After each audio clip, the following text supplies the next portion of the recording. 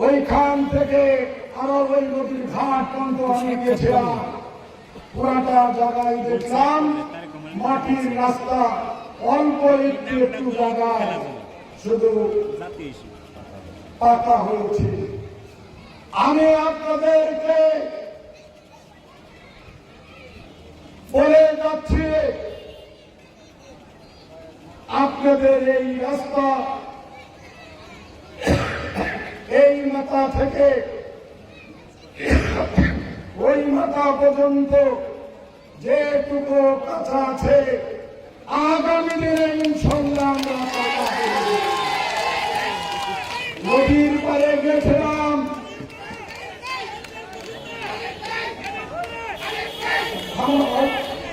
ভাই থামো, নদীর পাড়ে গেছিলাম।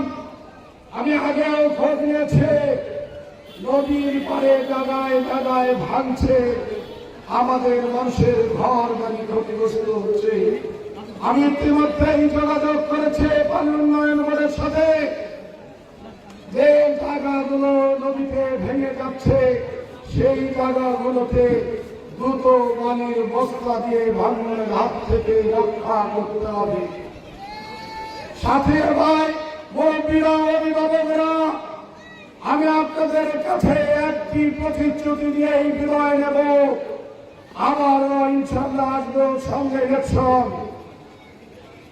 আপনারা 15 বছর আব্দুল লতিফ বিশ্বাস, আব্দুল মজিদ মন্ডল এবং আব্দুল মমিন মন্ডলের 6 বছরের 16 বছরের শাসন দেখেছেন কি দেখেন নাই? উন্নয়নও দেখেছেন।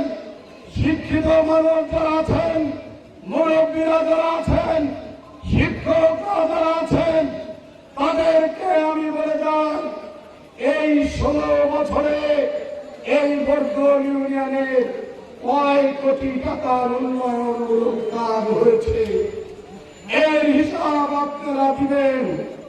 আর আমি বলে যাচ্ছি, তারা 16 বছরে যে উন্নয়ন করেছে, আপনারা যদি আমাকে ভোট দিয়ে আপনাদের প্রতিনিধি নির্বাচিত করেন, আগামী দিনে যদি আপনাদের সেবা করার সুযোগ পায়, তাহলে এই 16 বছরে যে উন্নয়ন করছে, আগামী 5 বছরে তার চেয়ে বেশি উন্নয়ন করব ইনশাআল্লাহ। এই প্রতিশ্রুতি আমি আপনাদের সামনে দিয়ে যাচ্ছি। তাতে বন্ধুরা, আমি ছোট একটি কথাই বলে বিদায় নেব। আমি আপনাদের সন্তান, আমি আপনাদের কাছে সন্তান হিসাবে এসেছি, আপনাদের এলাকার মানুষ হিসাবে এসেছি, আপনাদের প্রতিনিধি হিসাবে এসেছি। আমি ঢাকায় রাজনীতি করেছি, আমার যোগ্যতা এবং বেগম খালেদা জিয়া তারেক রহমান আমাকে অনেক গুরুত্বপূর্ণ দায়িত্ব দিয়েছে।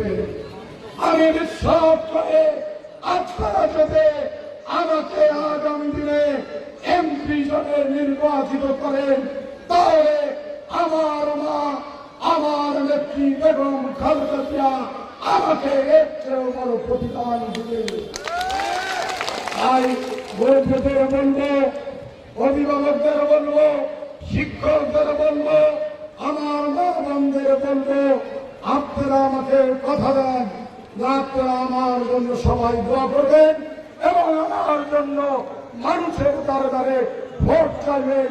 আমি যদি প্রতিনিধি হই, ইনশাআল্লাহ আমরা সবাই মিলে এই পরিকল্পনাকে ভাইবোনদের থেকে রক্ষা করবো, উন্নয়নের ছোঁয়ায় ধরবো। এই প্রত্যাশা করেন এবং নদীদের কাছে প্রার্থনা করে বিদায় নিচ্ছে।